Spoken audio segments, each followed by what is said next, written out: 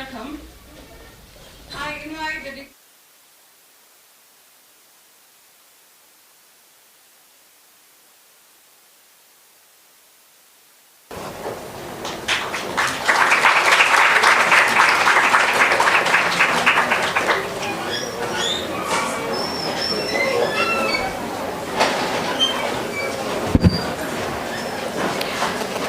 Saint Chavara said, "It is better to light a lamp and keep it longer than blaze a haystack and light up for a short time." Welcome all to this light of ours in His name, the Chavara Excellence for Social Transformation Lecture Series 2023. Welcome to an hour of enlightenment. This lecture series, organized by Sacred Heart Institutions, hopes to foster intellectual growth and discussions on important societal issues. The series has had the presence of guests like Dr. Manmohan Singh, Shashi Tharoor, P. Sainath, and others.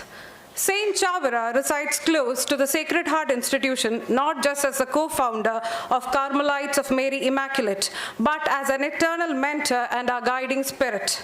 His emphasis on education for all, irrespective of differences, displays his commitment to inclusivity and enlightenment. Canonized in 2014, St. Chavara's legacy endures through the institutions and the values he championed. We are very happy to have Professor Thomas Pogue, the silent revolutionary who is the mind behind the global initiatives Health Impact Fund and Academics Stand Against Poverty. Let's begin today with the Oriental ritual of lighting the ceremonial lamp to commence the chapter. Dignitaries, please.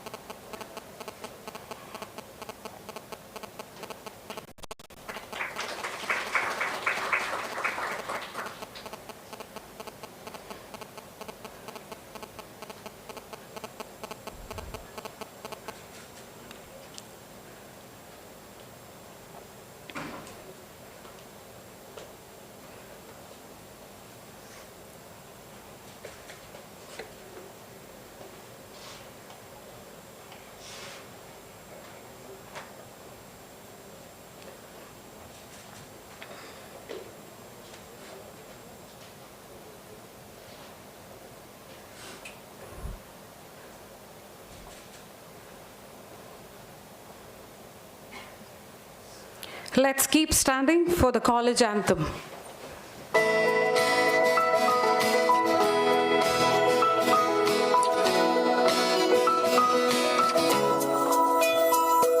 Stopping by the shimmering shows of time, musing on the timeless truth sublime. Seek aside a gleam on flaming wings, Sacred Heart, the soul enchanted sings. Blessed are we on this praising shore, blissfully gleaning pearls of lore.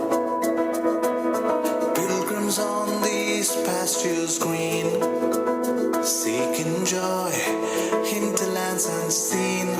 Sacred Heart, abode of light, shine on bright, abiding heart. Sacred Heart, shrine of light, shine your beams, make us one at heart.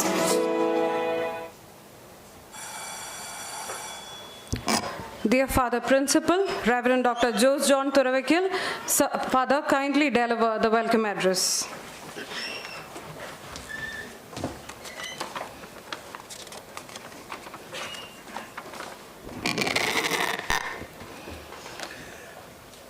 Chief guest of the day, Professor Thomas Pogue, Professor of Philosophy and International Affairs, Yale University. Reverend Dr. Varghese Kachapalli, CMI, Manager, SH Group of Institutions. Dr. A.B. TG, Staff Secretary. Dr. Sanu Varghese, Staff Representative. Esteemed faculty members, distinguished guests, ladies and gentlemen. A very good morning and to each one of you. It is with immense pleasure and honor that I stand before you to extend a warm welcome to this auspicious occasion, Chavara Excellence for Social Transformation Lecture Series 2024. Today marks not just a confluence of minds, but a celebration of knowledge, curiosity, and the relentless pursuit of excellence. As we gather here in this auditorium, filled with anticipation and enthusiasm, we are reminded of the incredible power that education holds in transforming the society and shaping the future. Saint Chavara, who had pioneered several revolutionary reforms in the Kerala society of the 18th century, primarily through education, to eradicate the practices of discrimination, untouchability, exploitation, etc. Our college has always been a beacon of learning, innovation, and inclusivity. Today's seminar is a testament to our commitment to fostering an environment that encourages intellectual growth and the exchange of ideas. We are privileged to have an esteemed speaker, Professor Thomas Pogge, who has graciously agreed to share his insights with us. With a great honor and love, we extend a warm welcome to you, sir.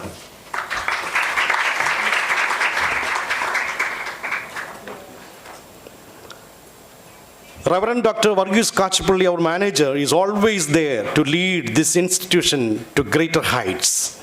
He always promotes any initiative that will make a difference in the society. Let's wholeheartedly welcome our dear Father Manager to this gathering. Our former faculty members, current faculty members represented by our Staff Secretary, Dr. A.B. TG, and our Staff Representative, Dr. Sanu Varghese, all the supporting staff, and all the well-wishers who are present here, owe our cordial welcome.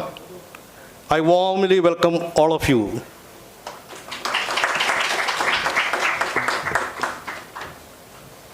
I especially welcome Reverend Dr.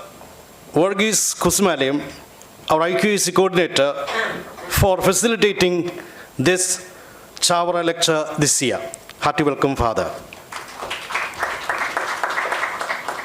To our students, the heartbeat of this institution, I extend a special welcome. Your presence here is a testament to your thirst for knowledge and your eagerness to become catalysts for social transformation.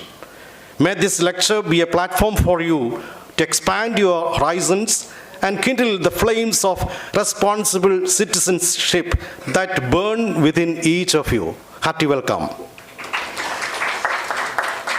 As we embark on this intellectual journey together, let's remember that the pursuit of knowledge knows no bounds. Let's embrace the diversity of thoughts and perspectives that this lecture promises to bring, for it is this diversity that we find the richness of humanity. Without further ado, let us dive into the sea of ideas, explore the depths of knowledge, and emerge enlightened. May this lecture be a source of inspiration, collaboration, and discovery for all of us. I especially welcome all the invited guests in and around our campus as well as from other institutions. Hearty welcome to Sacred Heart College, Chavara, for this Chavara lecture. May Sacred Heart of Jesus bless us all once again, welcoming each and every one of you for a wonderful day. I remain. Thank you.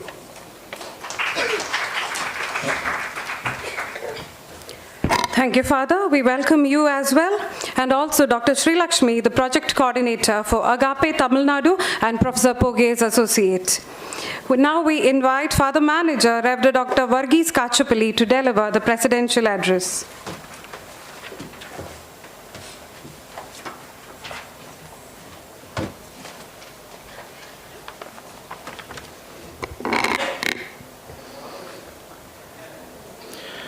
Respected Speaker of today, Professor Thomas Poge, Professor of Philosophy and International Affairs, Yale University, Principal Dr. George John, staff and students, warm good morning to everyone. The concept excellence, after all, not just about individual success, but it's a provider of social transformation. Saint Chavara, who has spent his whole life not to be a just successful person, but who read the signs of the time and became a pioneer of social transformation. The leader who fought for the first time against caste discrimination, the one who brought education to the untouchables and the socially isolated, the one who brought Sanskrit, the Vedic language, to the common people, the one who fought against hunger and provided lunch to the poor children, the one who started the printing press and published the newspaper for the public, the one who brought women into the mainstream of the society, the one who revolutionized education, social justice.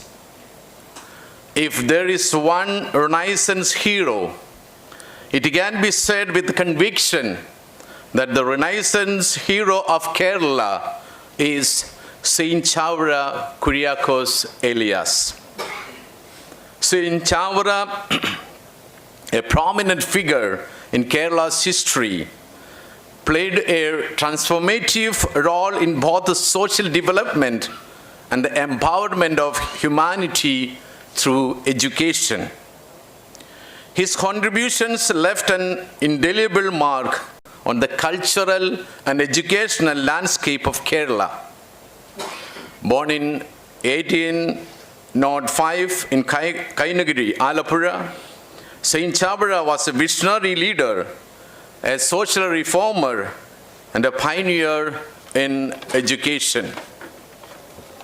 His vision extended beyond traditional boundaries, encompassing the upliftment of society and the empowerment of women. One of Saint Chavara's significant contributions was in the field of education. Understanding the pivotal role education plays in social progress, he took bold steps to promote learning among all sections of society. He founded the first Catholic indigenous congregation in India, Carmelites of Mary Immaculate, CMI, with a strong emphasis on education. The CMI congregation played a crucial role in establishing schools and colleges across Kerala, laying the foundation for widespread literacy and knowledge dissemination. Sacred Heart College participate in this mission to its best. Saint Chavara's commitment to education went hand in hand with his efforts in social transformation. He recognized the need to address social issues and break down barriers that hindered progress. Through his teachings and actions, he advocated for equality, justice, and compassion, setting the stage for a more inclusive and harmonious society. Furthermore, Saint Chavara was a trailblazer in promoting women's empowerment through education. In an era when gender disparities were prevalent, He championed the cause of educating women, envisioning a society where they could actively participate in various spheres of life. The impact of Chavara's work is evident in the thriving educational institutions across Kerala today. The schools and colleges founded by the CMI congregation continue to shape the minds of countless individuals, fostering a culture of learning and enlightenment. The student community of Sacred Heart College is a prominent example for the same. Saint Chavara's legacy also extends to his emphasis on moral and spiritual values. He believed that education should not merely focus on academic knowledge, but should also instill ethical principles. His teachings emphasized the importance of compassion, humility, and service to others, creating a holistic approach to education that goes beyond textbooks and classrooms. In conclusion, Saint Chavara's life was a symphony of educational innovation, social reform, and spiritual enlightenment.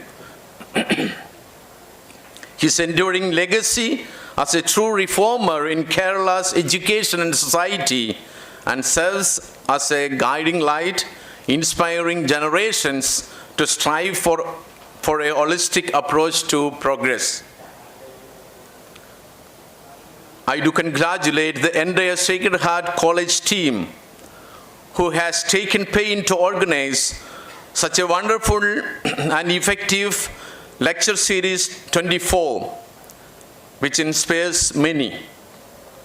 Let our lives be enlightened by the life of Saint Chavara.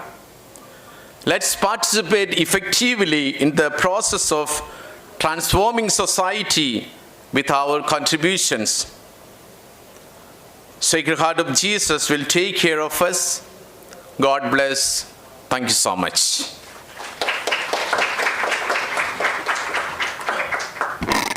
Thank you, Father. We have Dr. Sanu Varghese, staff representative here, to introduce Professor Poge.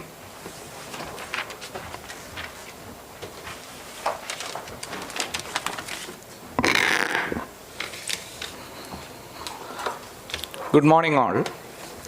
Human rights and global poverty are issues that have existed for as long as modernity. Humanity has been attempting to address this issue non-stop, using a variety of strategies to guarantee that everyone is treated equally and fairly, regardless of their race or nationality. Some of these efforts were genuinely international, while others are conducted at national level. Even with these attempts, there are still gaps in the world in terms of poverty and social backwardness. We have a real legend with us today who is extremely qualified to discuss such a topic of public and scholarly importance. Professor Poge has a well-established scholarly perspective on both poverty and human rights. And he is highly regarded globally for his solid stand in these areas. We view his presence as a great privilege and a source of great pride as he delivers the esteemed Chavara lecture. Having received his PhD in philosophy from Harvard, the renowned German philosopher Professor Poge is later Professor of Philosophy and International Affairs at Yale University, as well as the Director of Global Justice Program. Apart from his role at Yale, he held the position of Research Director at the University of Oslo Center for the Study of the Mind in Nature, Professorial Research Fellow at Charles Sturt University Center for Applied Philosophy and Public Ethics, and Professor of Political Philosophy at the University of Central Lancashire Center for Professional Ethics. Professor Poge is a member of the Norwegian Academy of Science and Letters, as well as the editor of Social and Political Philosophy for the Stanford Encyclopedia of Philosophy. On behalf of the entire Herdian community, let me greet him with the open arms. Over to you, sir, please.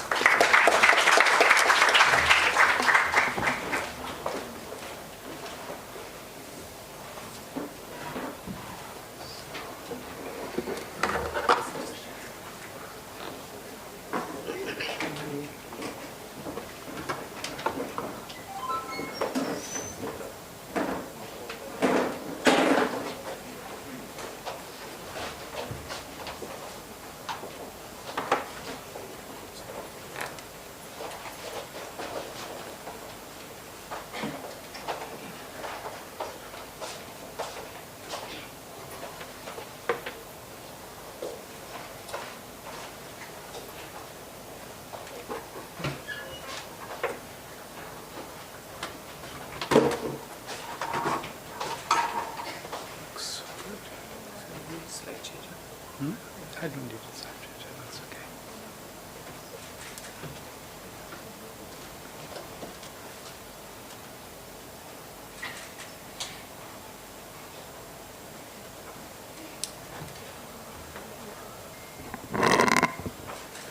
Good, this works.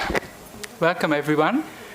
And I liked your anthem, I have to say, and also the opening remarks about Saint Chavara, about whose life I was very interested in reading quite a bit. Saint Chavara is a person who achieved a great deal in the way of social transformation, in particular in regard to education, as we just heard. And his life and ministry brought profound change to Kerala, so he is a person who exemplifies successful social transformation in that he substantially and enduringly reduced poverty and socioeconomic inequality. Sacred Heart College has been building on his achievements through excellence in education. Now, social transformation can be defined as change in a social system which substantially and enduringly alters relations, particularly the nature and magnitude of inequalities within it. And that certainly the saint has done. He has reduced socioeconomic inequalities by making sure that even lower caste and poor people were able to be educated. By a social system, I mean any organized collective of human beings that might be a village, a firm, a union, a congregation, university, a state, alliance of states such as the European Union, or even in modern times, humanity at large. Humanity at large has become one large organized collective. Social transformation involves change in people's ethos or culture, in their values, principles, preferences, and priorities. And it also involves change in the structure of their social system, as exemplified most obviously by the legal system. Either component may be the leading one, may be leading the other.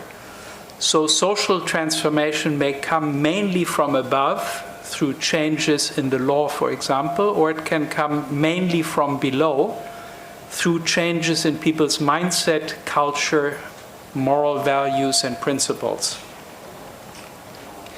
Now, both components of change, the structural and the personal, can be associated with the term justice. We seek progress towards just persons, just conduct, and also progress toward just structures. In the philosopher Plato, you find these two tasks brought together. His famous discussion of justice in the Republic, one of his important dialogues, discusses justice as a certain well-orderedness that we find both in persons and also in societies and social systems. So justice is for him the same thing, exemplified in two different contexts, namely within persons and within cities or city-states. John Rawls, my dissertation advisor, focused on one of those two components, namely on the justice of social structures, of the way a society is organized. He spoke of institutional arrangements or the basic structure of a national society. And he thought that because of its profound effects, the basic structure demands a great deal of moral attention to both the way it is designed, its substance, and also to the ways in which it is changed, the procedures that govern changes in the basic structure over time. Rawls thought of the basic structure mainly in terms of what is legally encoded, codified. So the legal system, the main legal dispositions of a society. But I think we should broaden that view and think of structures more broadly. Structures, I think, should also include social customs and practices. So a very good example, this is something we can all learn from feminism. A very good example of that is there was never a law that said that women have to do most of the housework. It was a practice, a culture, something that people did. It just looked very funny if you had a man pushing a child cart. But it was a cultural practice, and the cultural practice can be questioned, and of course it has important distributive effects, just as much as legal structures or legal rules do. Now, besides customs and practices, there's also the physical infrastructure, which often has very important effects on the prospects of people. For example, which villages are connected to a road? Which villages have electricity? Where do you get internet connection? So these kinds of things, again, very profoundly affect the life chances of people. And then finally, there is the physical environment, right? Where do power plants that spew forth a lot of pollution get built? Where do we have large landfills that cause soil pollution? These things, again, differentially affect the life prospects of people and should be reflected on when we are aiming to make our society just, structure it in a way that is just to all its members. Having large confluent distributive effects and being subject to human design, all these structures require moral attention from us as citizens. And again, we have to attend to both substance and procedure, how decisions are made and what the content of these decisions is. Now, my main interest in all of this is really at the global level. We have, for the last few decades, certainly lived in a globalized world in which very important supranational structures have emerged, which also very profoundly shape the lives of individuals, partly directly, but partly also indirectly because of their profound influence on what goes on within nation states. So especially the smaller states, India is large, of course, but especially smaller states are very heavily influenced by the surrounding global institutional structures, by the rules of the game that the big, powerful states are negotiating among themselves and imposing on the rest of the world. So the question I want to focus on today is what might a justly structured world look like, and how might we achieve transformative change toward such a world? Now, to start this reflection, let us look at the state of the world as it is, and in particular, the ways in which it falls short. Here you see a picture that many of you may have seen of recent bombardment of Gaza. Like savages, we are still settling international disagreements in a barbaric way by force and threat of force, rather than through argument or law-like, legal-like procedures. This is a quote from Immanuel Kant, a great German philosopher. who envisioned a world in which violence would be completely marginalized as a source of political power, and where people would settle their differences in court-like proceedings through arguments rather than by force of arms. War, in a way, has become worse than it was in the past because it now poses even an existential threat to humanity and to many other life forms on this planet. You all know that we have the capacity now, given the weapons of mass destruction in the hands of some states, to destroy the planet several times over. This is certainly not something that existed even 100 years ago. We have not aligned human activities with the need to preserve a hospitable planet. We've had 28 COPs. I was at least virtually present at the last one. So we've been talking for 28 years about how we are going to stop emitting fossil fuel gases into the atmosphere. And guess what? The release of these gases has increased and increased at an accelerating rate. From year to year, the increase has become larger and larger, and 2023 has once again been a new all-time record in oil consumption, gas consumption, and even coal consumption. We have not eradicated severe poverty. 42% of humanity, according to the FAO, the UN Food and Agriculture Organization, 42% of humanity cannot afford a healthy diet. We all sin occasionally and may not eat a healthy diet, but we can afford it, most of us. But 42% of humanity cannot afford a healthy diet. They simply don't have enough money to eat healthily. A healthy diet is valued at around 110 rupees per person per day. And you can see here that this is completely unnecessary. This is the world income distribution on a logarithmic scale. The average income in the world is 58 international dollars. These are dollars converted at purchasing power parity, not at bank exchange rates. So in terms of buying power. And only 6% of the world's population live above the average. All the others live below the average.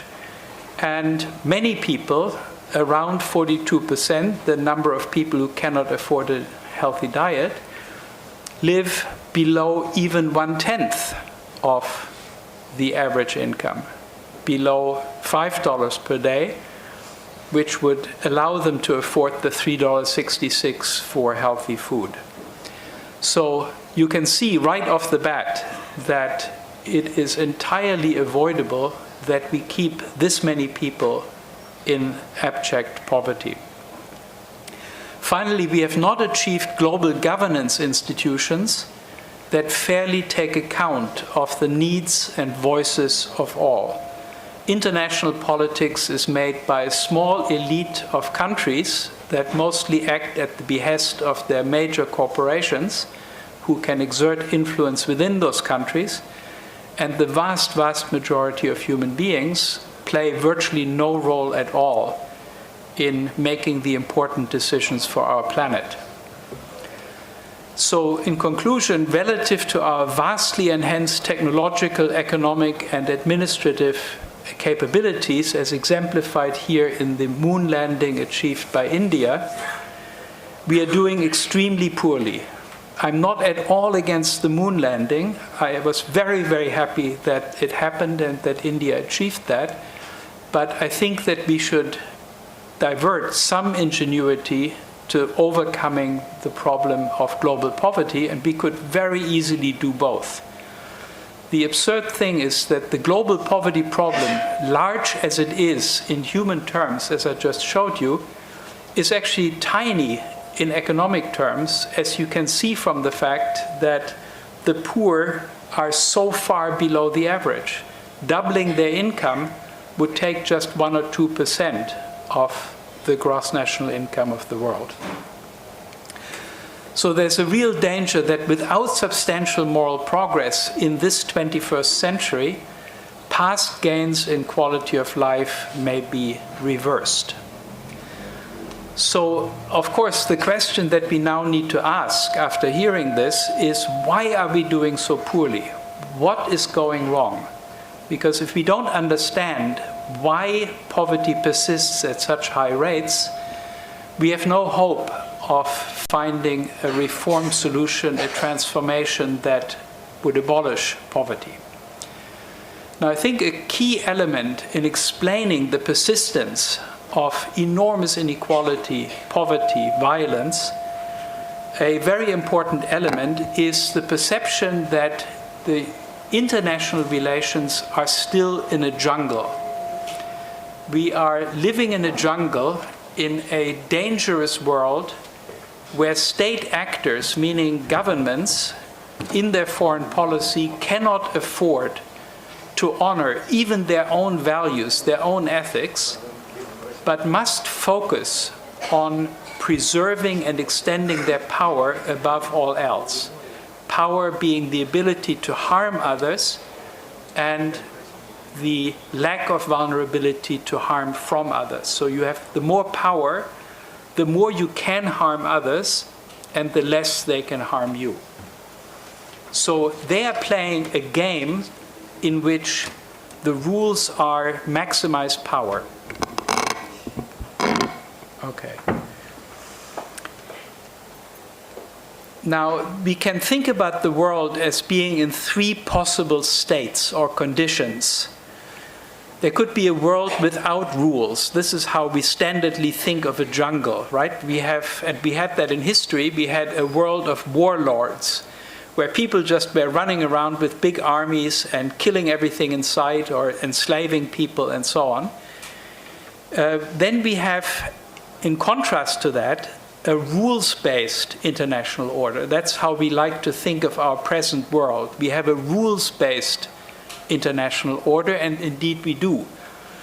But there are two types of rule-based international order. One is based on prudence, and I call that modus vivendi. The other is one that is based on morality, on values. And that is the kind of order that we ought to have and ought to aspire to.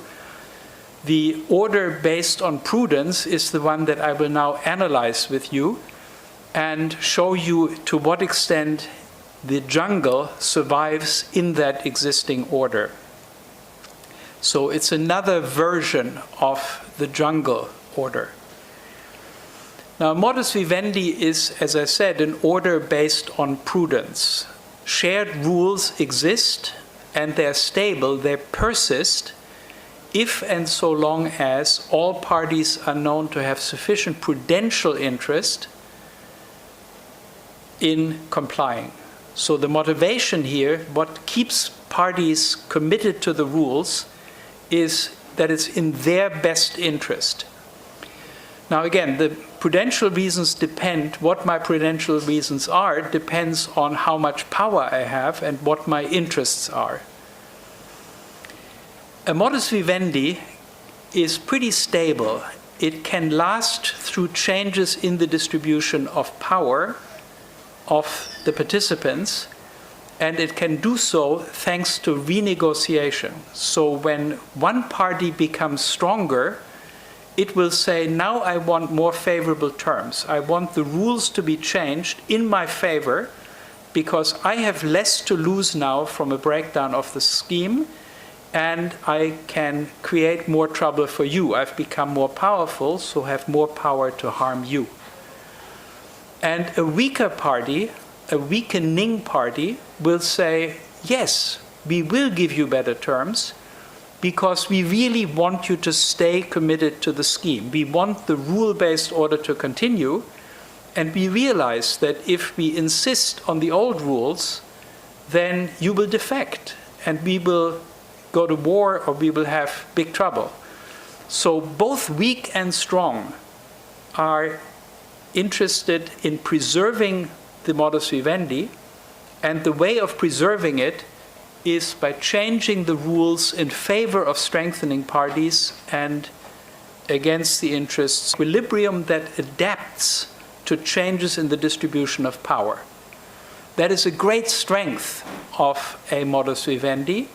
It can survive changes in the distribution of power. But it is also a great weakness at the same time, because you might get into a spiral where you become a little weaker, the terms of the interactions are changed against you, the rules become less favorable to you. That weakens you even further, and you are obliged to make additional concessions, and gradually, in a number of cycles, you are maybe in the end thrown out of the game. So the amazing thing about a modus vivendi is that it gives you temporary security under shared rules, but in the long run does not protect you even against the very worst outcomes. That's important to understand, to see how fiercely governments are competing for power, China versus the US and so on.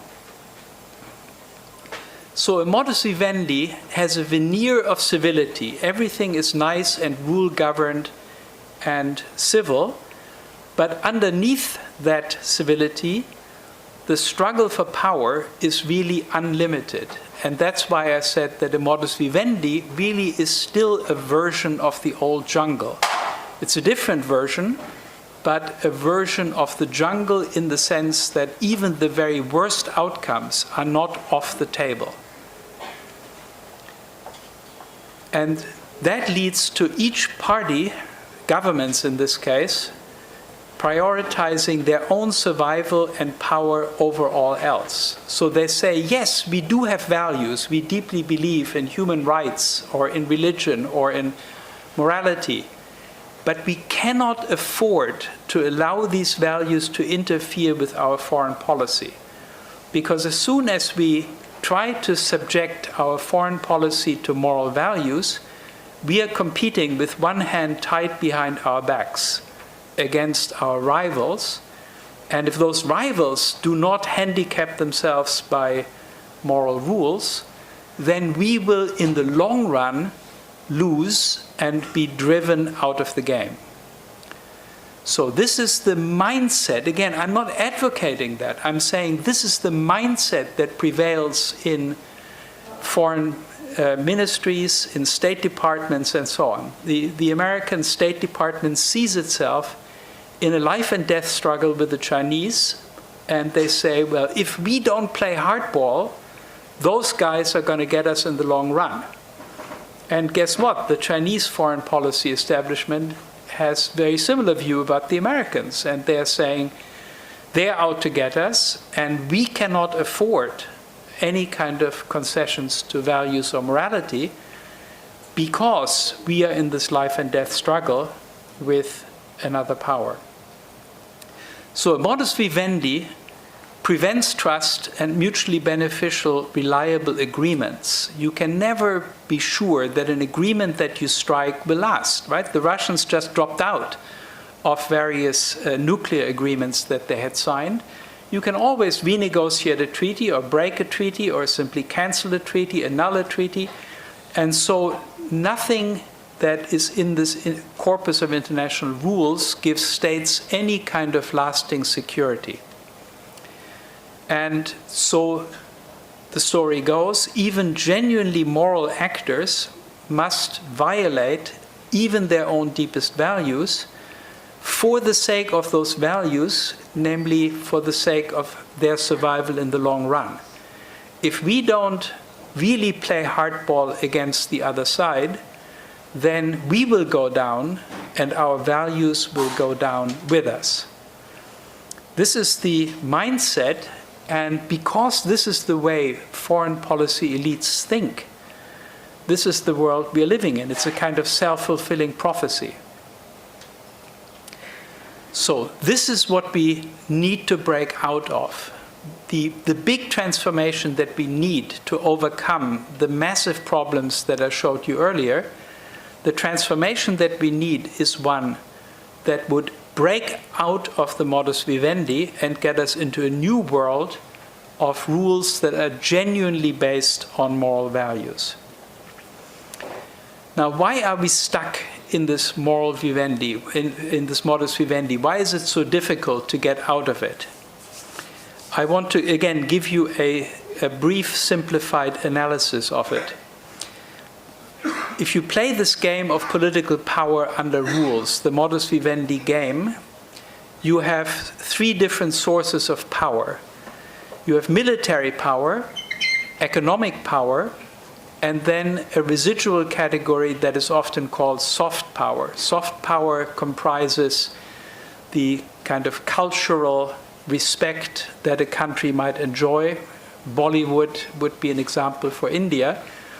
And also the moral respect, for example, that India has achieved a lot in terms of poverty eradication might be down to its soft power. People look up to India as an example. So you basically draw from these three sources the power that you have in international relations. Now you can ask, how important are these three sources of power, of a state's power, relative to each other? The answer is that there is no fixed exchange rate. The exchange rate depends on the context. So in the middle of the Second World War, for example, military power is pretty much everything. Stalin famously said, when somebody mentioned the Pope, he said, the Pope, how many divisions does he have? And of course, in the middle of a war, the moral authority of the Pope is not going to make much difference. But in a different situation, the moral authority of the Pope could have an enormous influence if we live in a context in which violence is sidelined. So the context is all important for determining the exchange rate between the three types of power. And that means that the parties, the states, have different interests in regard to the context. If my strength as a state primarily derives from my military power, then I want the world to be not exactly at war, perhaps, but close to war, on the brink of war, where my military power counts and I get respect for the fact that I have it. If I am stronger economically or in soft power terms than militarily, I have got the opposite interest. I want the world to be far away from war so that my economic and soft power matters a lot. And so parties, these states, are not only competing over military, economic, and soft power, but they also compete over the context. They want the context to be favorable to the particular constellation of the three power sources that they have. And to that can be added an analysis of what goes on within nations, within states. So within states, you also have parties that have different interests. So for example, the military industry has a vested interest in the world being close to war, because then they can sell a lot of military hardware to the government. The executive typically has an interest in being closer to war, because in such a situation, the executive gains power relative to the legislature. That's certainly very true in the United States, where the president can wrap himself in the flag and can, as commander-in-chief, greatly enhance his position relative to the other two branches of government. Now here comes a very unfortunate asymmetry. We just saw that different players, political players, have different interests with regard to the context. Some prefer to maximize their power a context that is peaceful. Others prefer a context that is close to war. Now, in this competition, unfortunately, those who favor more tension, more hostility, more conflict, have the upper hand. It is much easier to create tension, hostility, and conflict than to keep them at bay.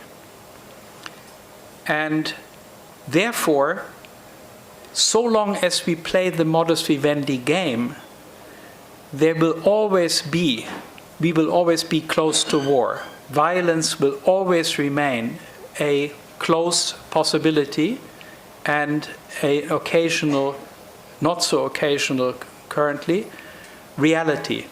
Simply because there will always be some state actors whose comparative advantage is in military strength, and these state actors, to maximize their power, have a vested interest in moving us to the brink of war, in reminding us that military power is very important, and in increasing the exchange rate, so to speak, of military power against the other two types.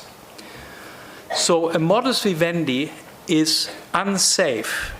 It's unsafe even more so in light of weapons of mass destruction and recently AI, which may again make the competition for power more unpredictable and thereby raises the danger of preemption, that a state will say, before I allow myself to be pressed into a downward spiral, I will strike now when I still have reasonable amounts of power. I think this is a big part of the explanation of Russia's attack on the Ukraine. Russia saw itself as going into a descending spiral and said, I better strike now, to avoid being completely marginalized and shoved off the stage. So states can invest resources among the three sources of power. They can try to increase their military power, their economic power, their soft power. But states can also invest in the context. They can invest in trying to affect the global situation so as to change the exchange rate among the three types of power. Now, promoting a hostile geopolitical climate is relatively cheap, and so those states that already have a comparative advantage in military power, that control a larger percentage of military power than they control of economic and soft power, they will often typically invest in trying to deteriorate the geopolitical climate in the direction of greater hostility. And these investments are typically paired with investments in military power. You maintain your military strength, and at the same time, you create a bit of a crisis atmosphere in the world. The countries that most clearly fall into that category, that are currently positioned this way so that they benefit from greater hostility and tension, are the countries that are stronger militarily than in the other two components. And I would say the US, Russia, Israel, North Korea, and Pakistan would be among those. So, and their investment in creating a world of tension and hostility can doom investments on the other side, where countries try to create a world that is more peaceful. Again, because it is so much easier to create tension and hostility than it is to suppress them and keep them at bay. So if you think about this in terms of India, India could invest mainly in military strength. This would be the usual thing to do for a rising power. India, as you know, is projected to have the highest economic growth rates in the world over the next 6-8 years. And India could, of course, invest a lot of its increasing capacity in military strength and then compete with China and the United States for a leadership position. But India could also invest mainly in economic and soft power, and at the same time in marginalizing the importance of military strength through a climate of peace. And here it would find itself a natural alliance with some European countries that are strong economically but relatively weak militarily, and also with countries like Japan, Indonesia, Mexico, Switzerland, and so on.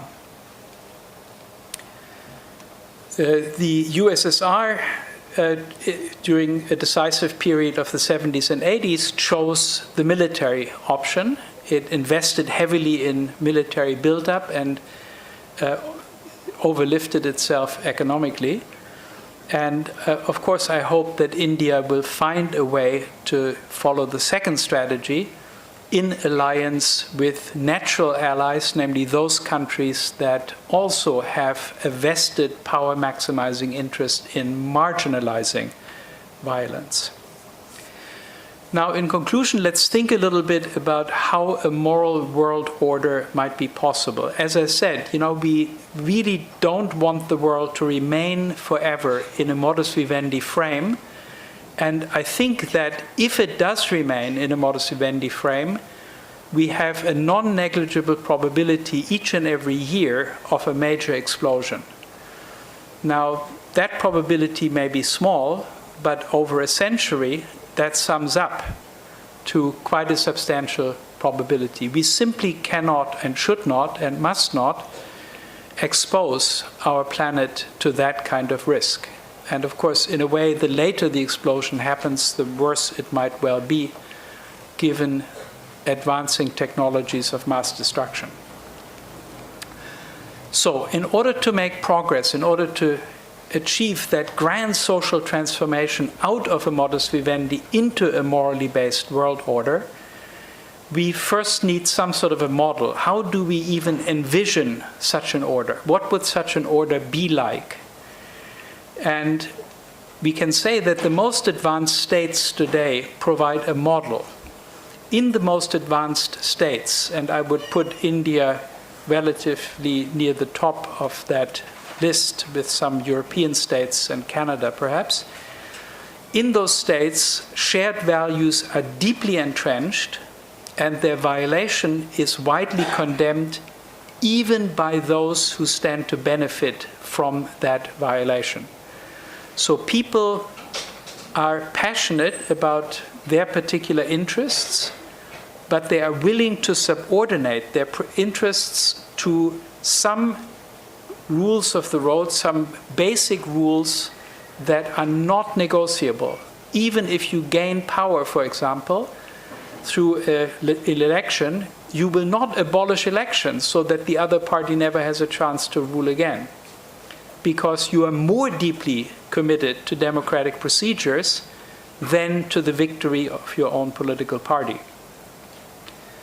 And it's that mindset that we have in the most advanced states. We can make that a little clearer by thinking about nepotism. Nepotism is from the Latin, it means nephew, and it refers to the use of public office for obtaining private benefits for oneself and one's family or friends. Now, the values of an institution are seen as providing exclusionary moral reasons for people not to practice nepotism. So I have a few examples of that, that basically you are, as a personal matter, involved in various very close relationships. You have a spouse, you have parents, you have children, and they mean the world to you.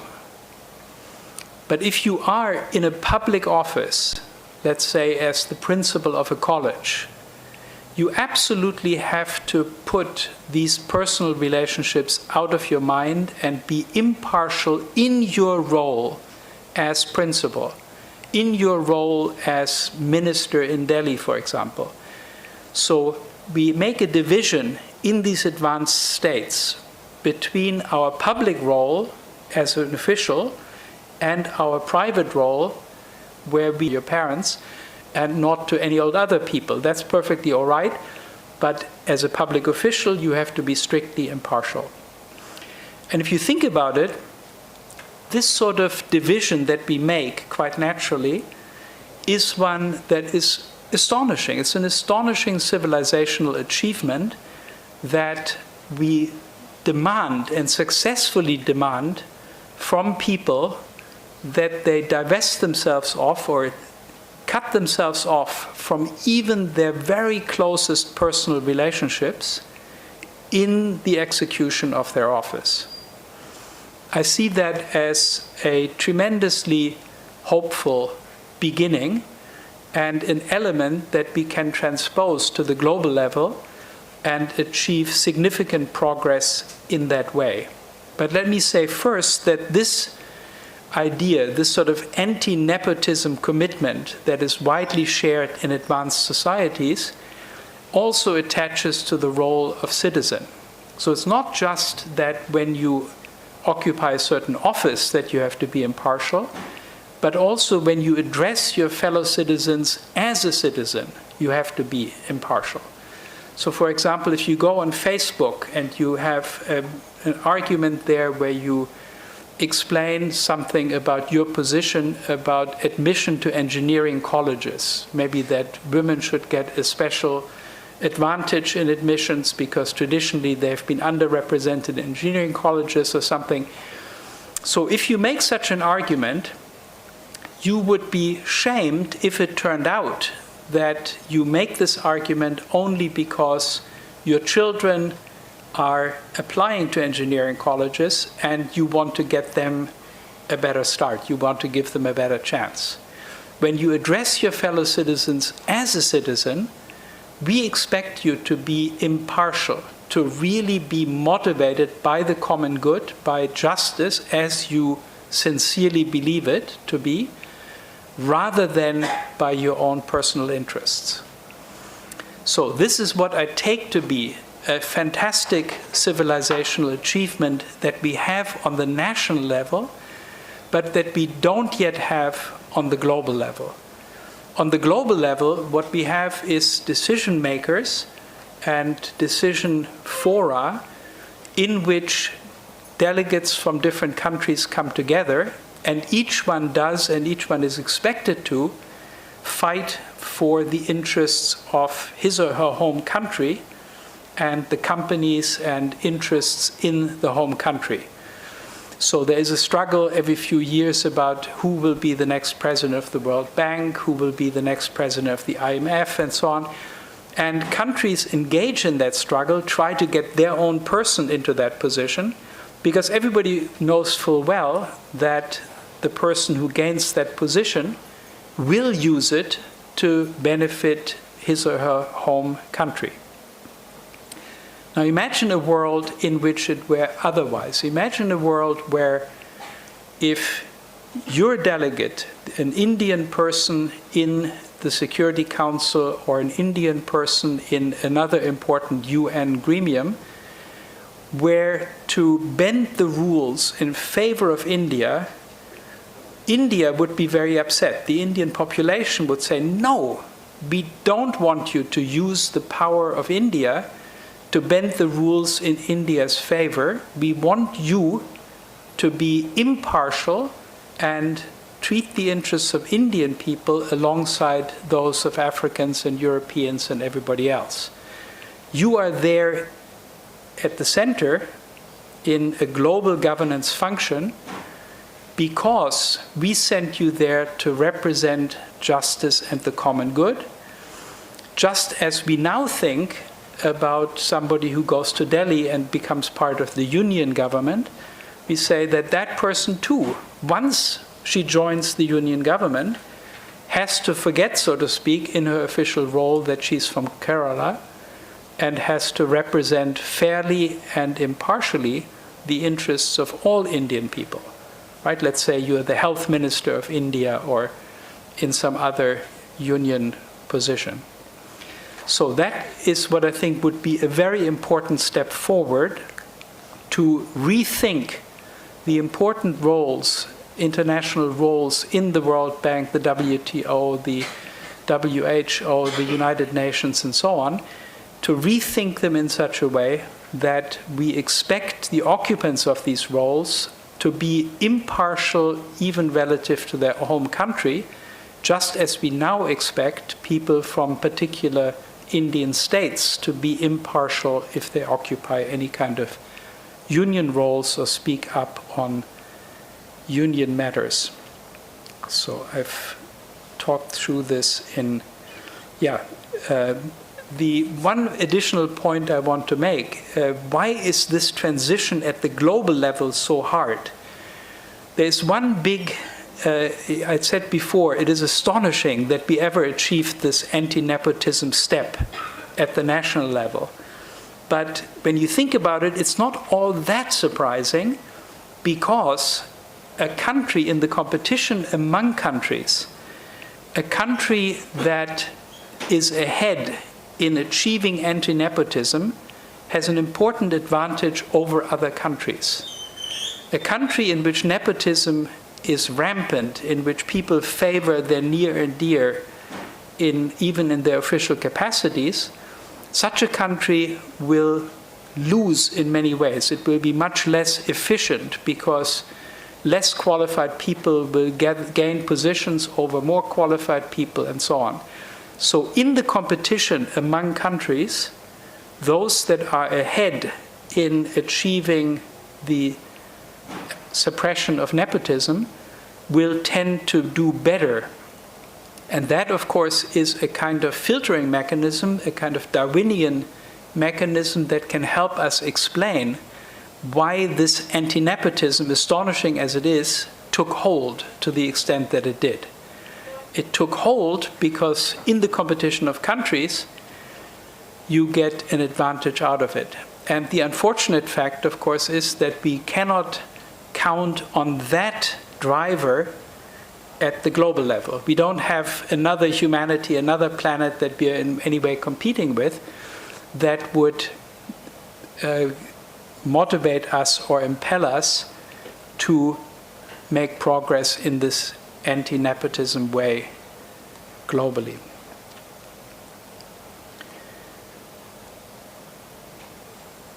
Good. So the dominant view today is this view that you are supposed to represent the interests of your home country. And what the kind of impartial attitude that I'm hoping for at the global level, what it should be committed to, would be the vocabulary of human rights first and foremost. I mean, human rights are the foremost agreement or consensus that we have on what should govern the structuring of the world. We want an international order, as it says here in Article 28, in which the rights and freedoms set forth in this declaration can be fully realized. And as we saw earlier, for half the human population, these human rights are not yet realized. And the impartial commitment of officials that I'm envisioning should, in the first instance, be a commitment to the full realization of human rights. That's not a perfect world. There's still much missing in a world that merely fulfills human rights, but it would be an enormous step forward. So that would gradually, if we could take that step or make progress along those lines, that would get us to the point where we gradually build up trust and respect, and we see that our rivals also have moral values. They're willing to sacrifice to some extent for those moral values. But the difficulty always is that if any sacrifices are required from one country or another, that these will be difficult to achieve so long as countries don't trust each other, so long as countries feel that they cannot afford to weaken their own power position vis-à-vis other countries, because they might then suffer a fatal disadvantage in the competition with others. And that's why it's also important to find first steps that are morally important on the one hand and do not disturb the international power distribution on the other hand. And that is where I think the topic of poverty is an extremely important topic.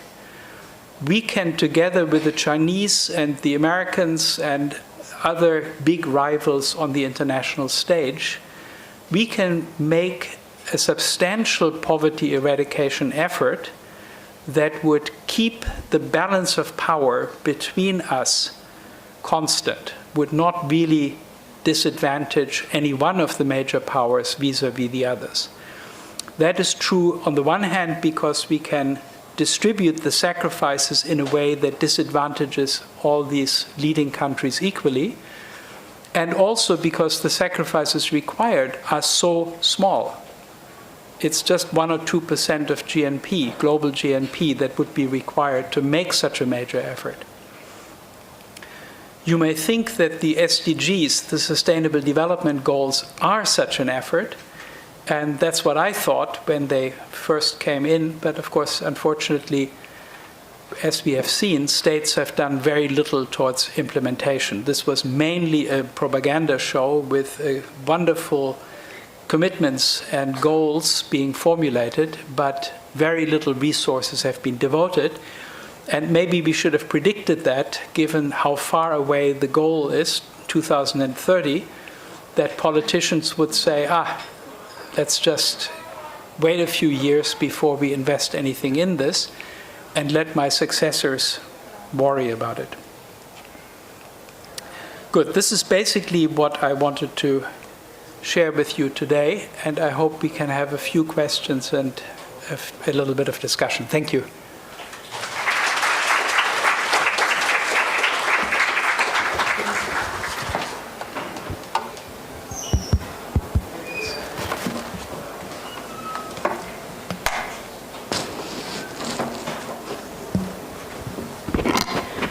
This is an hour for interaction. Any doubts, any questions, please?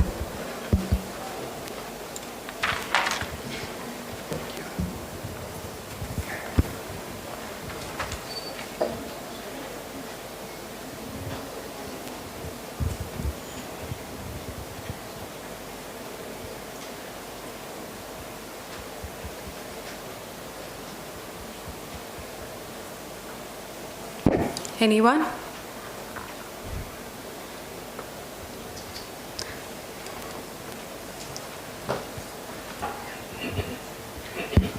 So what do you think would be the role of international bodies like BRICS or ASEAN in addressing some of these issues you mentioned regarding the power relations?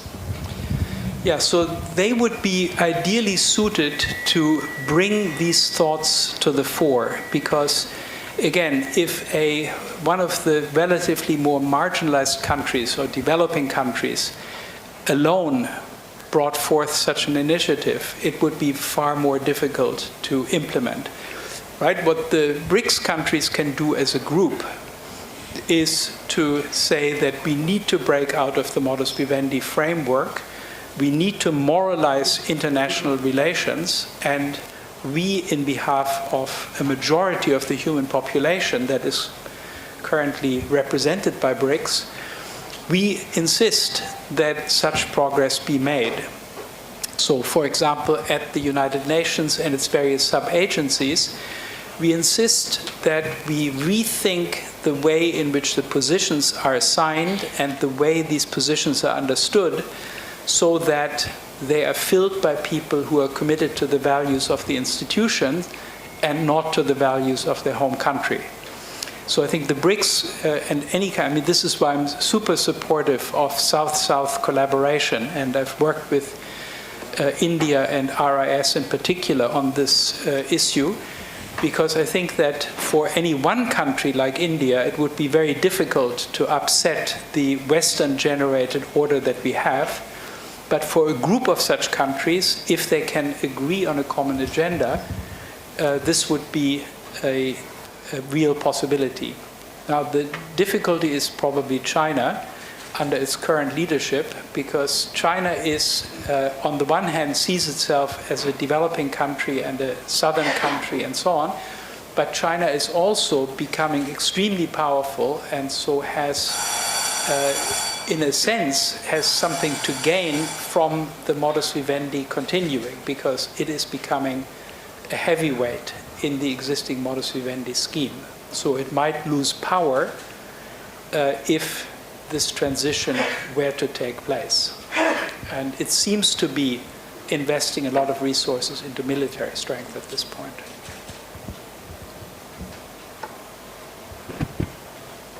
So, in continuation with the doubt of Dr. Francis, leadership eventually gets nepotistic. So, isn't there this nepotism vein already there in leadership? So, even when a South-South leadership comes, what is a counterbalance if that association itself gets onto nepotism? The counterweight is the public. The public is vigorously unforgiving if you are found to favor your kid, your child, the thing in the world that you love most. The public will spit on you for having loved your child, for having given. Just imagine how unlikely that is, and that's our world, right? You cannot survive in politics. I mean, in some countries, of course, you can, but you cannot survive in politics in a whole bunch of countries if you have favored your own child for a position.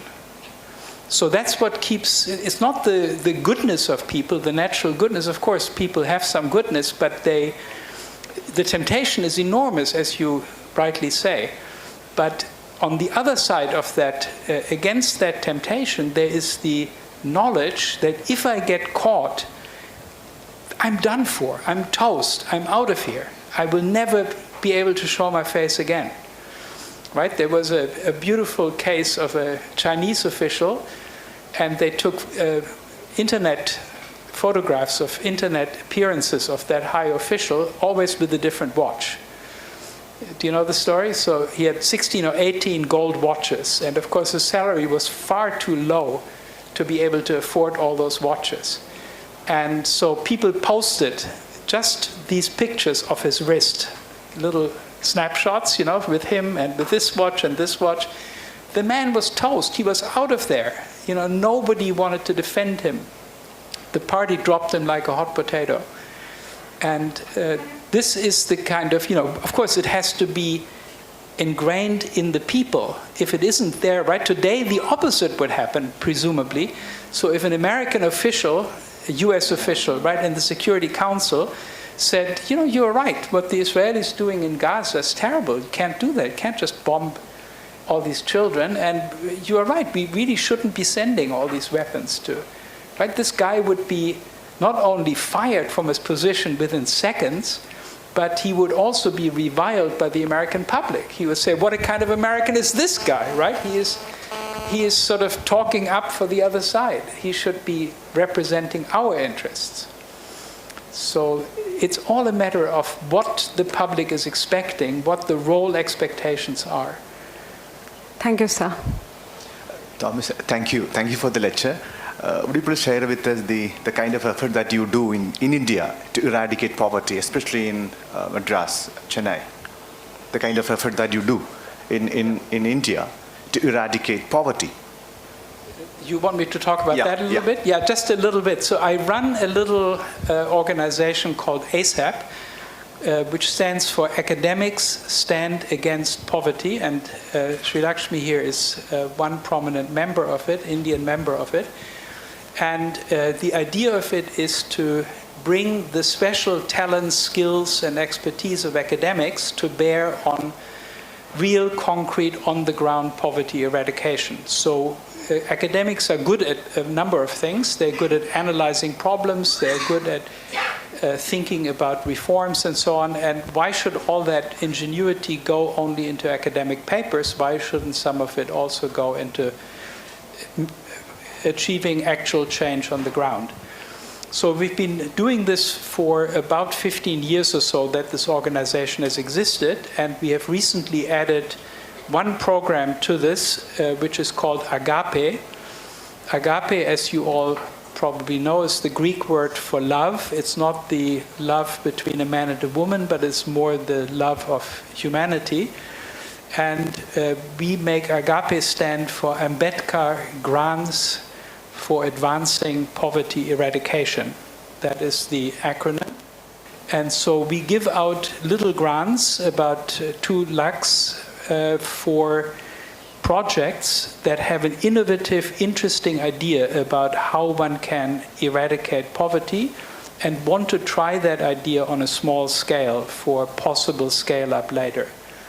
That's the spirit, and I've visited a project recently, the KES project hereabouts, which was a project where we had women who lost their job, mostly single women who lost their job because the product that they were producing, surge protectors, I think the Indians call them stabilizers, surge protectors were no longer being purchased, and so the facility where they worked was shut down. And we created a tailoring shop where they could learn tailoring skills and become proficient at designing clothes and also making clothes, and thereby find new dignified employment. That's just one example. There are other examples, other Agape projects across the country. For the moment, the entire Agape project is confined to India, partly because we have one donor who is supporting it, who is particularly interested in India, but also because India is a particularly easy country in which to do such work. It's a country in which you don't have to worry about civil war conditions or anything like that. And so we can actually try out such ideas and then hopefully scale them up to within India and also in other places. So I think in continuation, could we know a little more about the Global Health Impact Fund? That is, could we know a little more about it, sir? So the Global Health Impact Fund is a project that I've pursued for probably, sad to say, 20 years almost. So it is a very dramatic idea about how we can improve access to medicines for poor people. A big obstacle to access to medicines is patents. So medicines, when they come on the market, are patented, and every country in the world that is a member of the WTO, the World Trade Organization, is required to give patents to the inventors of new medicines, and these patents must be at least 20 years long. And what companies actually do is they put multiple patents on their medicines so that they patent different aspects of a new medicine and thereby extend the patent life often to 30 or even 40 years. Now, during the time that the medicine is under patent, the company has a veto over who can manufacture the product. It's either the company itself or somebody authorized by the company, a manufacturer or generic producer. But of course, that generic producer then has to pay royalties and licensing fees to the company that owns the patent. So a patent leads to higher prices, and not just a little higher prices, but dramatically higher prices. So a recent case is sofosbuvir, a hepatitis C drug, that came onto the US market at $1,000 per pill.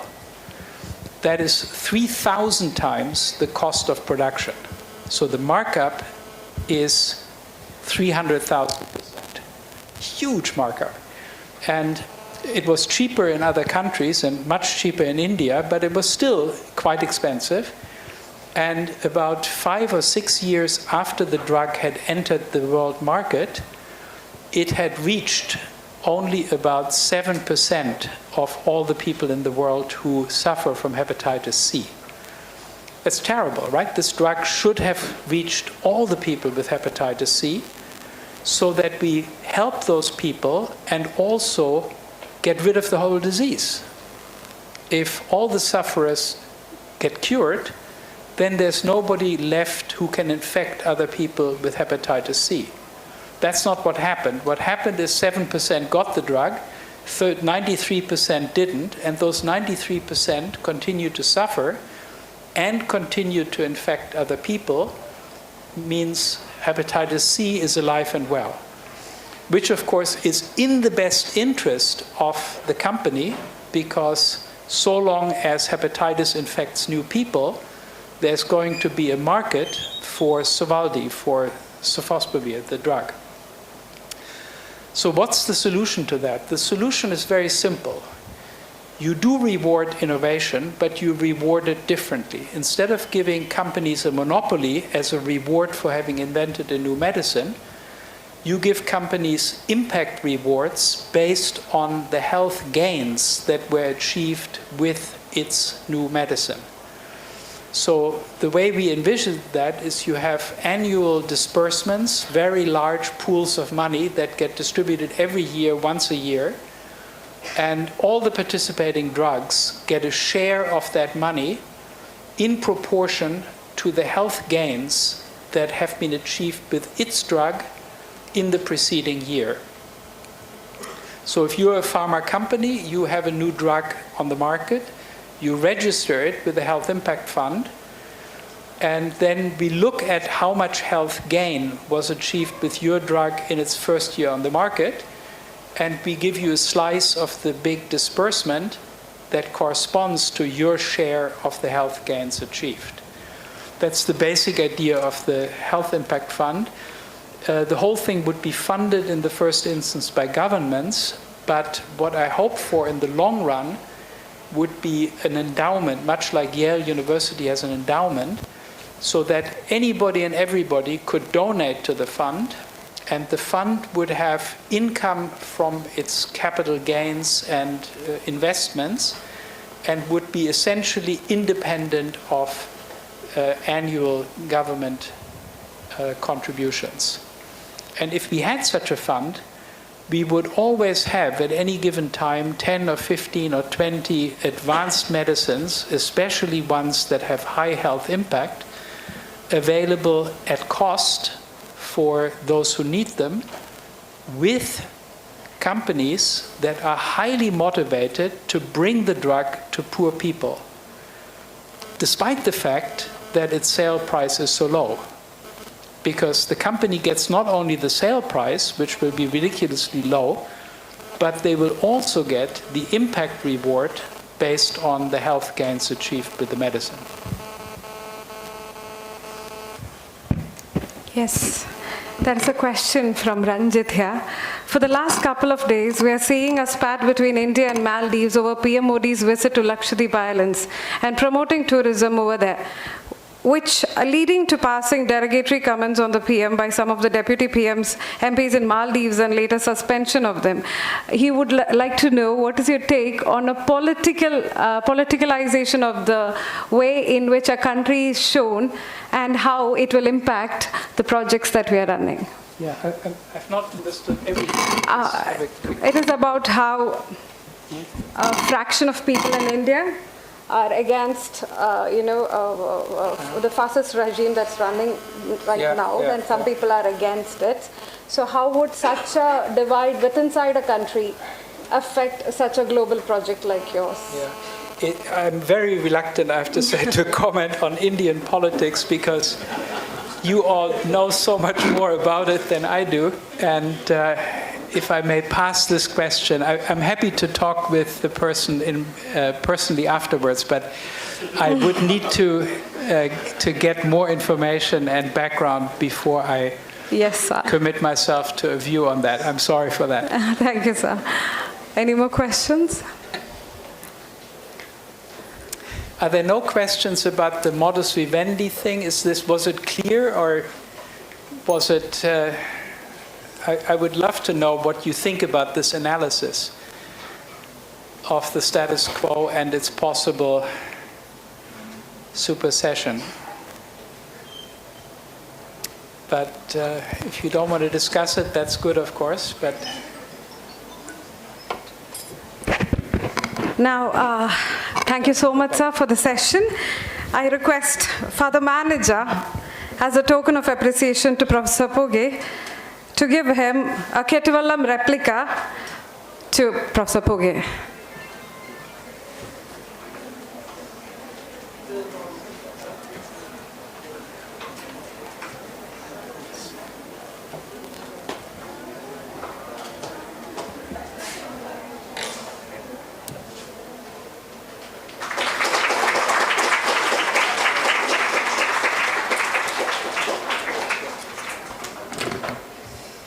Dear Father Principal, kindly give away the commemorative plaque to Professor Poge.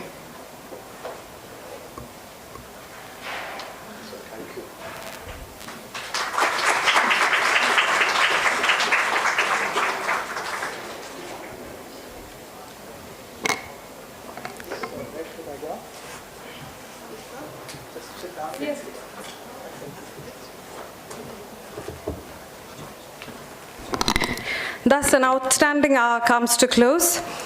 Let's officially wind up with a word of thanks from Dr. A.B., the College Staff Secretary.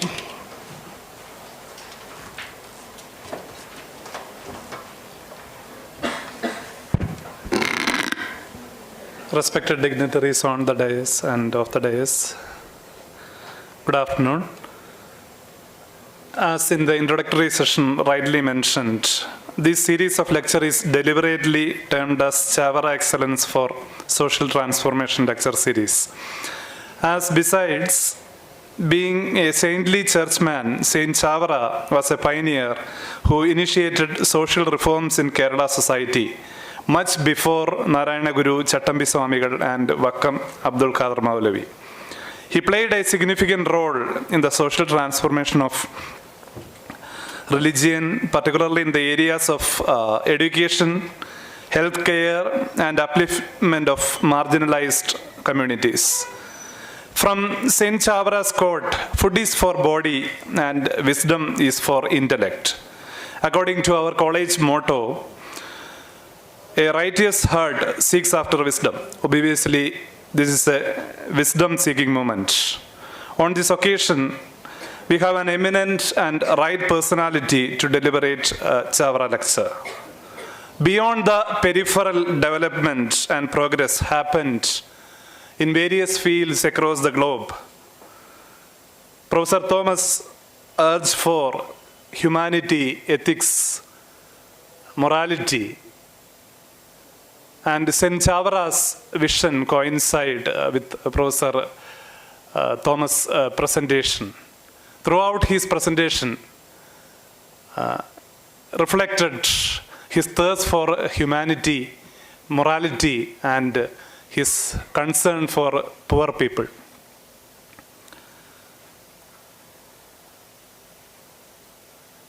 Our Hattian community, on this occasion, dear Professor Thomas Poge, we Hattian community are extremely delighted and impressed on your thought-provoking and insightful session.